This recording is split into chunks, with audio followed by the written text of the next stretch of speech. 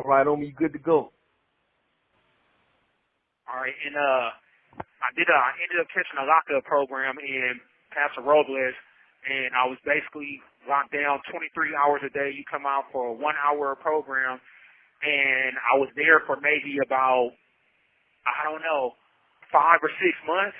And it's a trip because you got to remember, I was a little kid when I went to jail, and I remember before I went to the lockup unit. Every time we used to go to school, all the staff members, they would check our faces and make sure we shaved.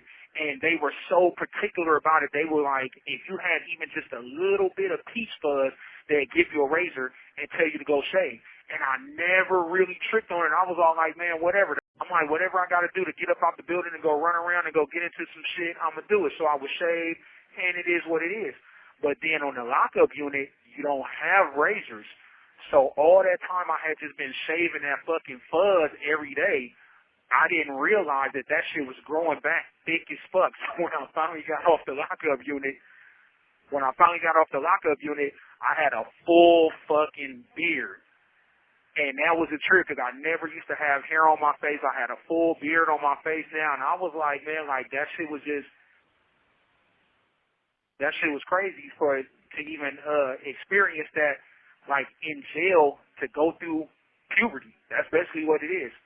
And what a lot of people don't realize is for like most career criminals and people who've been doing this shit for a long time, like everything that most people go through on the streets, we experience in here. Like we experience going through puberty in here. We experience dealing with death in here. Like a lot of people have family members that get married, and it's like we have to experience it through a third party, or like we have to imagine that we were there and just be sufficient with just pictures or stories over the phone. And it's like it's an emotional detachment to an extent because you don't want to get too emotionally involved because it affects you even more that you have to go through certain significant things like that in your life while you're locked up in this environment. But I cut up so much in Paso that when I turned 18, because you can usually stay at that institution once you're past 18, but if you're fucking up, they get you out of there and they send you to either up north, they send you to Chad, or they send you down south to YTS, which is right next to Chino's prison. And YTS actually used to be a prison before they turned it into a YA, and now that they closed most of the YAs down, they turned it back into a prison again. So I ended up going to YTS. I get to YTS.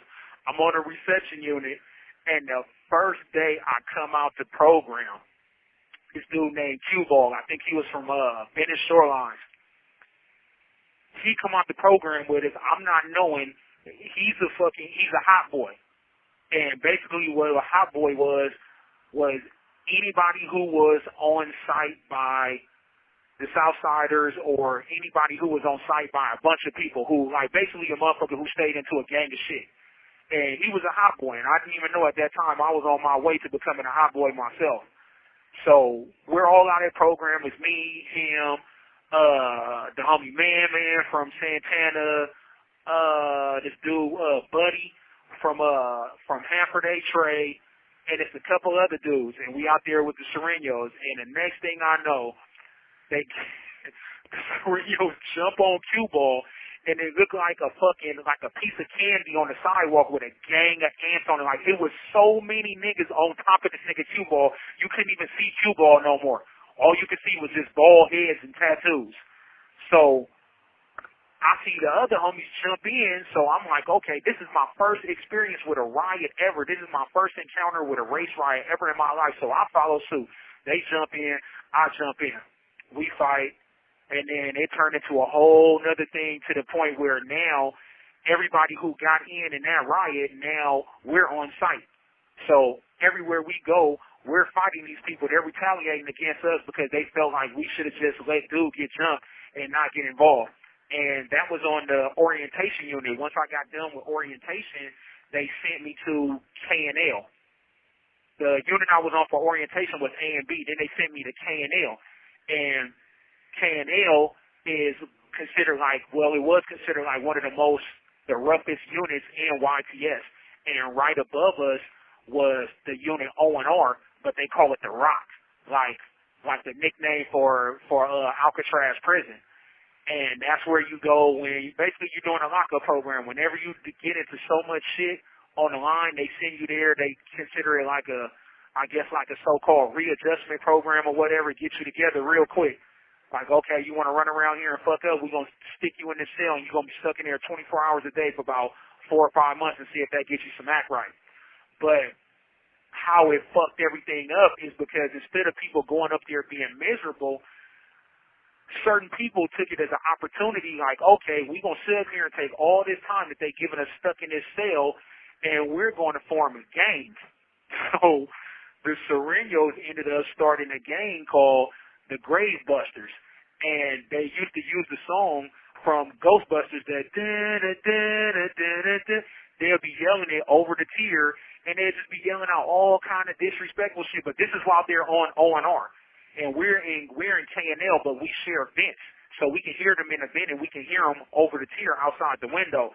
And they just yell out all kind of disrespectful shit. Like every black person that's dead, that's famous, they be like, "Fuck Martin Luther King, fuck Aaliyah, blah, blah, blah." Like, so at first the blacks didn't have no type of, how do you say, like, we didn't have any equal party on our side. Like, we were just black. Like, we didn't have no gang or nothing like that. But then over time, because there was so many grave busters to go against them, we started a gang called the Young Guns. And I was one of the first young guns in that prison. So whenever people were done with their lockup program, they would come off of O&R, and most of the time when they come off O&R, they send them to K&L because K&L was the most fucked up unit on the yard. They didn't want to send them to the program units. They didn't want to send them to the drug units, and they didn't want to send them to the mental health units, so they'd be over there trying to victimize people with mental health problems, so they'd send them to K&L.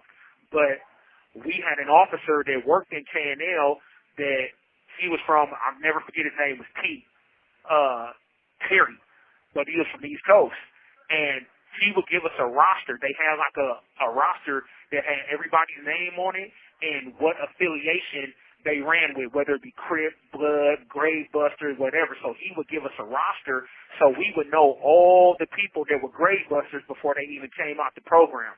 So you had different levels of program. You had the phase 3s. Those were the people that, like, they didn't want no smoke. They not getting in no fights. They not getting in no riots. They not finna bring in no dope. They not finna use no dope. And most of them probably telling. Then you got the phase 2s is motherfuckers that was on phase 1, but they got off phase 1, but they ain't been doing good enough long enough to be phase 3. And then you got phase 1. Phase 1 is all the fuck-ups. I was always on phase 1. The whole time I was in YA, I was always on phase 1. And we would come out to what they call trade line. And trade line is basically where the whole unit, you line up on a little fucking, like this little street, this road that runs through the whole facility, and everybody walks to the trade area, which is the school area. And either you going to school, or if you have your GED already, you go into a trade class, whether it be welding, auto body repair, whatever. And as you go through the school area, when you get to your class or your class gets called out, you break off from the formation and go into your class. But all the young guns, we already had it set in our head. Whenever we go to school, we're on a whole different mission. The only time we go into class, if it's a bad little bitch teaching the class, or it's like a situation where we going to pick up some drugs or something, we go to class. Other than that, we go in there to whoop ass. That's it. So we have the roster, and we know exactly where everybody at, and like whatever classroom the target is that we going after, as soon as they call for that class, we'll break off from formation, and before they can even get back to the building, we running up in there, we hitting niggas over the tables, chairs, everything. Like, we was really doing shit in there on the prison level. The only thing that was different is that a lot of things that you can't come back from in prison, we would give motherfuckers opportunity. Like, some of the Southsider shit we used to use, like when they say you drop a nigga leva, Like, we'd drop niggas live off for doing fuck shit. Like, if you do some buster shit, turn down a fade, they had this shit called rank or roll, where niggas say, fuck your dead homies, rank or roll. That means that either you gonna get cracking on this nigga for disrespecting your dead homies, or you gonna rank out like a buster. If you rank out like a buster, then niggas be like, okay, you ranked out, look, we got this mission for you, you complete this mission, you come back up, and you will be cool. But, we used to do everything on a prison level other than that. We had the welding, and we used to learn how to make bomb ass. Man, we used to make bomb ass like Rambo knives. We made knives that had the fucking finger grips in them that looked like a pair of brass knuckles with a blade on that motherfucker. We learned how to beat the metal detector. You put that shit in your shoe. And when we found out that instead of walking straight through, when you walk through the metal detector, you pat that shit in your shoe and slide your foot, because the sensor only starts from like 3 inches from the ground up. So as long as you keep your foot below that sensor, it won't even pick up. So we had knives, everything. We had the police bitches bringing in cartons of cigarettes, pornos, all kind of. We was doing everything motherfuckers doing in prison, because you had a lot of people in there that had M numbers, which basically means that they caught a case that would technically qualify them to go to prison, but they're like, okay, we can send you to prison, but we're going to hold this over your head and you go to YA, but the first time you fuck up, you're going to do your prison time and come back. But we were so fucked up in the head, niggas really wanted to go to prison, so people who had M numbers, they would take off on the staff on purpose, go to prison, do their prison time, and then come back, and that's where all the politics came from. They'd come back and bring all the politics, but we had put our own little kid twist on the shit. So we was doing everything motherfuckers in prison was doing, man. We was in there fucking bitches. We was in there smoking. We stabbing shit, bringing shit in at visiting. We was doing everything. And it was scary at first, but once I got the hang of it, I'm not even gonna lie. To this day, honestly, YA was the funnest time of my life. It was the funnest fucking time of my life, because it was a time period where the powers that be really didn't have no power, because we all stuck together. Like, the only division was the racial divide, and that wasn't even a big divide, because we would have riots with the Southsiders, and then we would go back down the hallway and be clowning with them again, fishing with them, smoking with them, and everything. Like, it's nothing personal. Like, it was just, and I finished out the rest of my time in YA. I did 6 years in YA. I went in as a kid, and when I got out, I was a grown-ass man. But when I got out of YA, like, the fact that I had been through so much shit and made it, like, it just made me feel like I was invincible, and it made me even worse than when I originally went to jail. Like, when I got out, couldn't nobody tell me shit. I got out, I went to the meeting. Everybody's out there smoked out, doing drugs. I'm super healthy, got my size on. I've been fighting for 6 years straight. I'm beating everybody up. Like, I'm really thinking that I'm just running shit and can't nobody tell me nothing. And it's like, it made me tougher, but on a personal level, it made me worse. Like, it really turned me into a statistic.